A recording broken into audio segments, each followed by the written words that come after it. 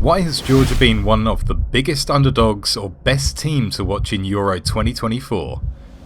Back in 2015, Georgia was ranked 154th in the world FIFA rankings. Fast forward 9 years and they've made a stunning leap to become one of the top 16 teams in the European Championship.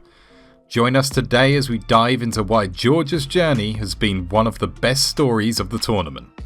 This European Championship has been nothing short of electrifying. We've witnessed long-range screamers, last-minute winners, emerging young superstars, and passionate fans lighting up the stadiums. However, what it lacked was a true underdog story, a team everyone could rally behind. With Group E's chaos and Austria's surprise dominance in Group D, the final standings were mostly predictable.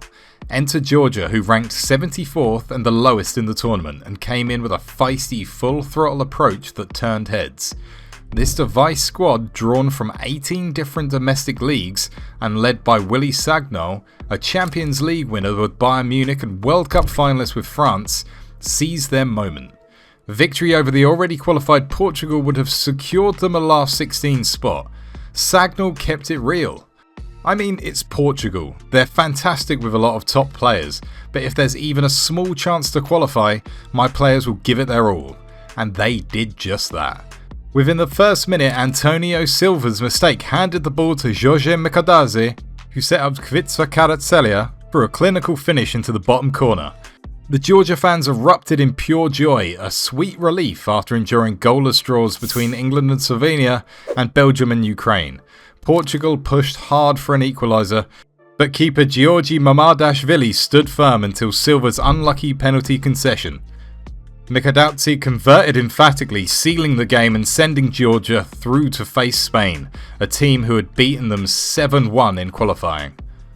Inside of FC Cologne's stadium, where thousands of Georgia fans gathered for their first ever tournament knockout game, a sign behind the goal read "Believe." And from that moment they arrived at Euro 2024. That's exactly what Georgia has done. For 20 glorious minutes against Spain in the round of 16, they were dreaming beyond their wildest imaginations. Robin Lenormand's own goal sparked a roar that might just be the loudest of this Euros. For a brief moment, this small Eastern European nation was on the verge of pulling off one of the biggest upsets in the competition's history, or at least the biggest since they stunned Portugal just 4 days earlier. But let's take a step back. Georgia's success didn't happen overnight. Over the past decade, Georgia's football development has been deliberate and hugely successful. Investments were made in infrastructure, doubling the number of league formats from 2015 to 2022 and tripling the number of matches. Over 1,900 coaching licenses were awarded, including 44 UEFA Pro licenses, the top qualification needed to coach at the highest level. This strategy balanced the growth of both amateur and professional games. From 2016 onwards, the Georgian FA built 37 pitches with 18 more under construction. This was essential as Georgia twice hosted major international youth tournaments, the Under-19 Euros in 2017 and the Under-21 Euros 6 years later. Mika Gabachava, a Georgian football scout now working with Gent but formerly of Dynamo Tbilisi, highlights the importance of this pathway. The intensity and speed of the Georgian league are quite low, so hosting and participating in such tournaments is crucial for the development of youth teams and consequently the senior team. Gabachava notes that the youth national team coaches often move with players across age groups. The current head coach of the under-21 side had been coaching the under-19s, and the current under-19 head coach was with the under-17s before that, he says. This continuity helps implement a unified playing style. In their second strategic cycle, an 80-page 4-year plan launched in 2022. The Georgian FA acknowledged their past shortcomings. They never had a common playing philosophy, and team selection, technical aspects and coaching processes never met adequate contemporary standards. Sagnol developed his style with the next generation. He handed out 24 senior debuts in 38 games, with 15 of those players being 23 or younger. The squad needed an injection of youth, he told UEFA ahead of the Euros, praising Georgia's infrastructural changes and looking to the future. The main idea is to create a good impression of football in Georgia. If we can boost our confidence and gain more experience, we might have a better shot at qualifying for the 2026 World Cup. Sagnol's approach has been largely top-down, especially in terms of playing style. He has consistently used a 3-5-2 formation, despite initial criticism from fans who wanted more attacking football. The reality was that they weren't strong enough for an attacking style, especially against tougher teams. Sagnol stayed true to his principles, turning Georgia into a defence-focused team that excels in quick transitions. They showcased this strategy at the Euros. Only Germany had more than Georgia's 16 direct attacks over the first 4 games.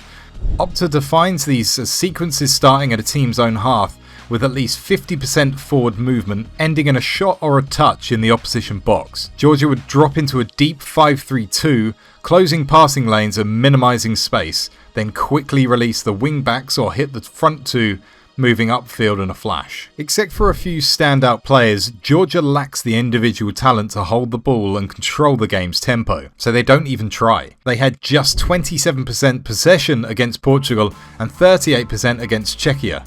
Portugal dominated with 22 shots, but only 5 were on target because Georgia packed their own box, blocking and clearing every attack.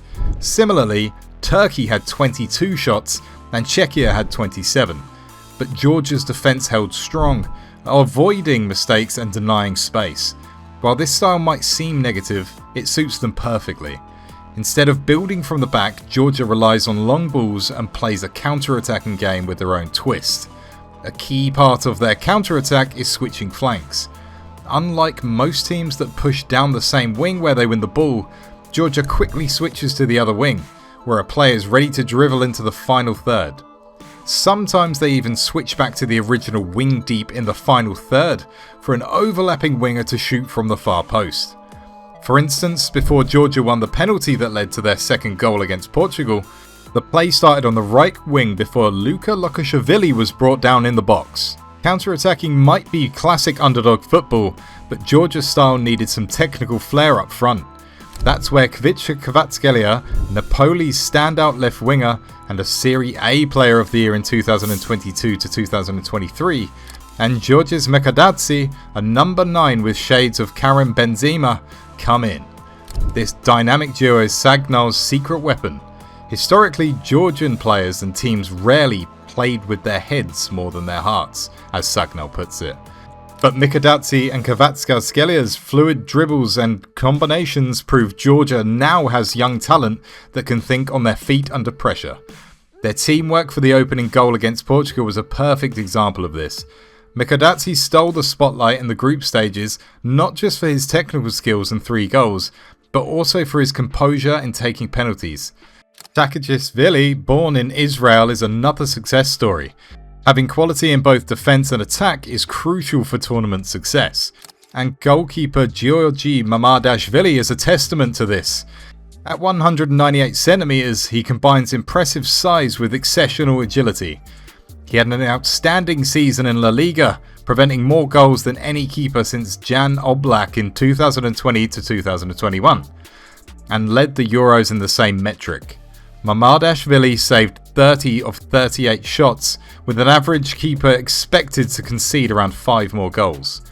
Kvaratskhelia, Mikautadze and Mamardashvili, all aged 23, are faces of this new Georgian generation, with 11 of their 26-man Euros squad aged 25 or younger.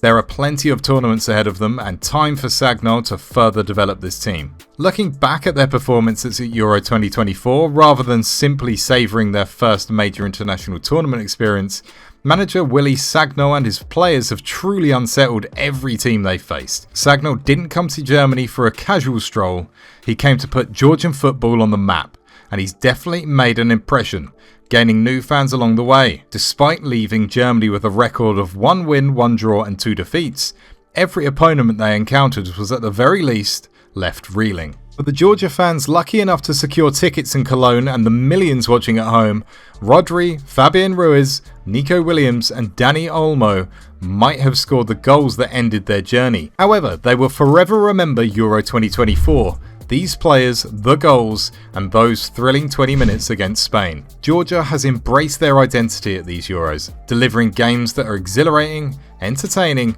and sometimes pure chaos. There's no high press on the edge of the opponent's penalty area or a focus on possession for a possession's sake. Instead, they run, chase, defend. And when they seize an opportunity to attack, they charge towards the opponent's goal with unbridled determination. In the midst of it all, Mamardashvili has been diving around like Spider-Man in bright green, Khvicha has been throwing down bulldozing tackles, and Mikautadze has been darting around up front like a bulldog chasing a squirrel. Every time Kvaratskhelia got the ball, the stadium erupted, and journalists in Georgia jerseys up the press box pounded their fists on their desks in excitement. Against Spain, Kvaratskhelia even tried to score from his own half because, hey, why not? The game often paused with players sprawled across the pitch, either from bone-crunching tackles or just plain exhaustion from the relentless pace. There were shots, corners, saves, penalties, yellow cards, large-dish tackles, gaps where they shouldn't be, and lightning-fast Georgia attacks zipping from one end to the other. Volunteers in yellow bibs had to clear beer cups from the pitch